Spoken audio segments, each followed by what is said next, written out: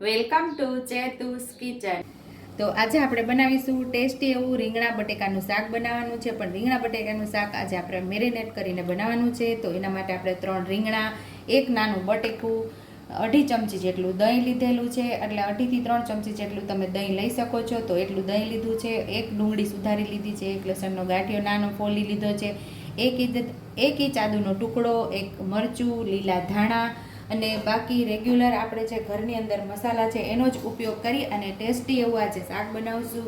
તો પહેલાં આપણે રીંગણા અને બટેકાને સુધારી લેવાના છે। મેં રીંગણા અને બટેકાને ધોઈ લીધા છે। તો આપણે રીંગણું આમ જોઈ લીધું છે, તો મસ્ત એવું રીંગણું છે, કૂણું સરસ છે। તો આવી રીતે લાંબી લાંબી ચીરુની અંદર આપણે રીંગણાને સુધારી લેવાનું છે।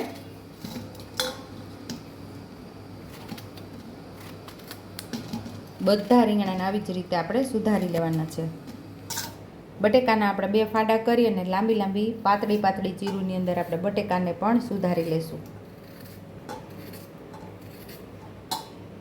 અહીંયા આપણે દહીંને ફેટી લેવાનું છે। તો અહીંયા આપણે દહીંને સરસ ફેટી લીધું છે। હવે એને સાઈડ ઉપર રાખી દઈશું। આમાં બધા મસાલા કરી લઈશું। જે પ્રમાણે તીખું ખવાતું હોય એ પ્રમાણે લાલ મરચું પાવડરનો અહીંયા આપણે ઉપયોગ કરવાનો છે। 1 ચમચી જેટલું લાલ મરચું પાવડર, અડધી ચમચીથી થોડી હળદર, 1 ચમચી જેટલું ધાણા જીરું પાવડર, ચપટી હિંગ, સ્વાદ મુજબ આપણે મીઠું ઉમેરશું। અહીંયા આપણે દહીંને ઉમેરી દેવાનું છે, એટલે કે દહીંને આપણે આમાં નાખી દઈશું। રીંગણા અને બટેકાની ઉપર દહીંને નાખી દેવાનું છે। 1 ચમચી જેટલું આપણે અહીંયા તેલ ઉમેરશું અને ચમચીથી બધું મિક્સ કરી દઈશું। તમે હાથેથી પણ મિક્સ કરી શકો છો। દહીંનું માપ તો તમે ઓછું વધતું કરી શકો છો। જે પ્રમાણે તમને ખટાશ ફાવતી હોય એ પ્રમાણે ખાટું અથવા તો મોડું દહીં લઈ શકો છો। તો અહીંયા આપણે શાકને મેરિનેટ કરીને સાઈડ ઉપર રાખી દઈશું। 5 મિનિટ આપણે એને મેરિનેટ કરી અને સાઈડ ઉપર આપણે રાખી અને આપણે મસાલો તૈયાર કરી લેવાનો છે। તો અહીંયા આપણે મેરિનેટ થઈ ગયું છે શાક, અને બધું સરસ આપણે જે મસાલો કરેલો છે એ આપણું રીંગણા અને બટેકા સરસ કોટ થઈ જવા જોઈએ। અને હવે આપણે આને 5 મિનિટ રેસ્ટ થવા દઈશું સાઈડ ઉપર, અને ત્યાં સુધીની અંદર આપણે મસાલો તૈયાર કરી લઈશું। ખાંડણીની અંદર આપણે લસણ નાખી દેવું અને પછી આપણે આદું પણ એની જ અંદર આપણે સુધારીને નાખી દેવાનું છે।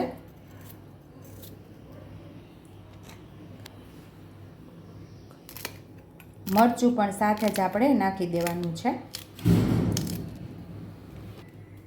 અહીં આપણે ચપટી જ મીઠું ઉમેરવાનું છે। થોડું લાલ મરચું ઉમેરી અને આપણે આ મસાલો તૈયાર કરી લેવાનો છે, એટલે કે આ ચટણી તૈયાર કરી લઈશું લસણવાળી। તો અહીંયા આપણે લસણવાળી ચટણી તૈયાર કરી લીધી છે। આદુ, મરચું અને લસણ થોડી ચટણી નાખી છે, એટલે મસ્ત એવો આપણે વઘાર ટાઈમે એનો કલર આવશે। તો હવે આપણે શાકનો વઘાર કરી લઈશું। તો અહીંયા આપણે એક નાના 1.5 ચમચા જેટલું તેલ ઉમેરશું અને તેલને સરસ આપણે ગરમ થવા દેવું। અહીંયા આપણું તેલ ગરમ થઈ ગયું છે, તો હવે આપણે એમાં જીરું નાખી દઈશું। અડધી ચમચી જેટલું આપણે જીરું નાખ્યું છે, 5 ચમચી જેટલી હિંગ નાખશું। જીરું સરસ ફૂટી જાય એટલે આપણે ડુંગળી નાખી દેવું।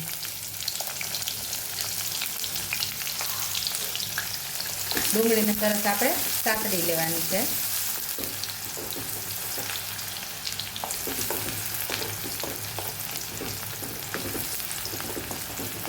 ડુંગળી આપણે સરસ સતળાઈ ગઈ છે, એનો કલર ચેન્જ થઈ જાય ત્યાં સુધી એને સાતળવાની। તો મસ્ત એવો કલર ચેન્જ થઈ ગયો છે, તો આપણે મસાલો તૈયાર કરેલો એને સાતળી લેવાનો છે। અમારી કાઠિયાવાડી શુદ્ધ ભાષામાં કહીએ ને તો એને હોતરી લેવાનો છે, સારો એવો હોતરી લેવાનો છે। અહીંયા આપણો મસાલો મસ્ત એવો સતળાઈ ગયો છે, સરસ મસ્ત એવી સુગંધ આવે છે, મસાલો સતળાય છે। તો હવે અહીંયા આપણે મેરિનેટ કરેલું જે શાક છે એને આપણે ઉમેરી દેવાનું છે।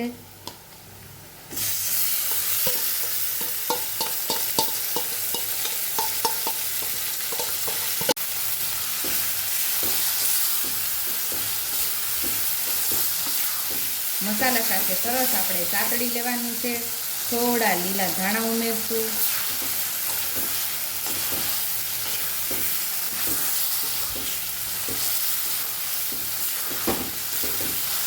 એકદમ સરસ સતળાઈ જાય પછી જ આપણે એમાં થોડું પાણી ઉમેરી અને આમ જ આપણે શાકને પકાવી લેવાનું છે. મસાલા સાથે આપણું શાક મસ્ત એવું સતળાઈ ગયું છે. તો હવે આપણે શાકને પાકવા દેવાનું છે સરસ. તો અહીંયા પાકવા માટે થોડું આપણે પાણી ઉમેરવાનું છે. પંજાબી શાકને ટક્કર મારે એવું આપણું રીંગણા બટેકાનું શાક તૈયાર થઈ જશે. જે બાઉલની અંદર આપણે મેરિનેટ કર્યું એ બાઉલની અંદર થોડું પાણી ઉમેરી દીધું છે અને બધો મસાલો શાકની અંદર ઉમેરી સાવ ગેસ ધીમો કરી અને શાકને પાકવા દેવાનું છે સરસ.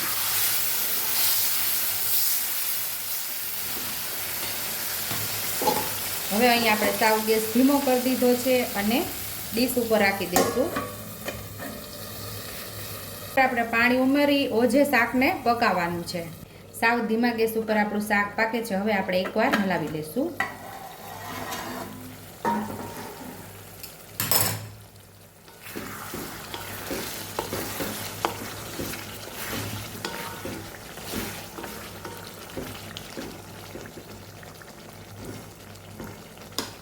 શાકને હજી આપણે પાકવા દેવાનું છે. ડીશને ઢાંકી દઈશું. તો હજી શાકને આપણે વાર છે ને તો ઉપર જે પાણી આપણે મૂકેલું હોય છે એ આપણે અંદર ગરમ પાણી ઉમેરી દઈશું અને હજી શાકને આપણે પાકવા દેવાનું છે. શાકને આપણે હલાવી લઈશું કારણ કે હજી વાર છે, બટેકું કાચું છે આપણું. તો શાકને પાકવા દઈશું આપણે. ડીશ ઢાંકીને આપણે હજી થવા દેવાનું છે. તો અહીંયા આપણું શાક 5 થી 7 મિનિટથી પાકે છે. તો હવે આપણે એને ખોલીને જોઈ લઈશું.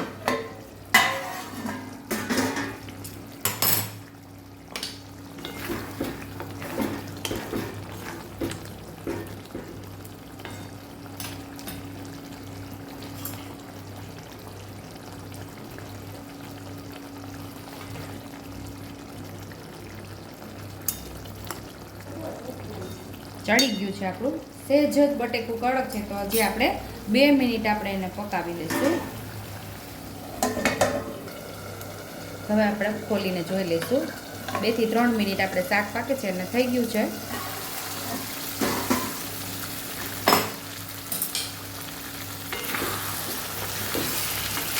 તો અહીંયા આપણું શાક તૈયાર થઈ ગયું છે. રીંગણા અને બટેકા બે સરસ પાકી ગયા છે.